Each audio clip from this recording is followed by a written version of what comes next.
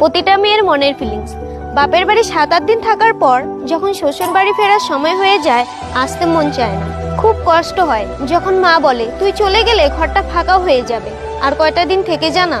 তখন অভিমান করে বলতে ইচ্ছে করে, বিয়ে দিয়েই তো পর করে দিয়েছো, এখন কেন থাকতে বলো। চলে আসার সময় অনেক দূর পেরিয়েও পিছু ফিরে দেখি মা ছলছল চোখে তাকিয়ে রয়েছে।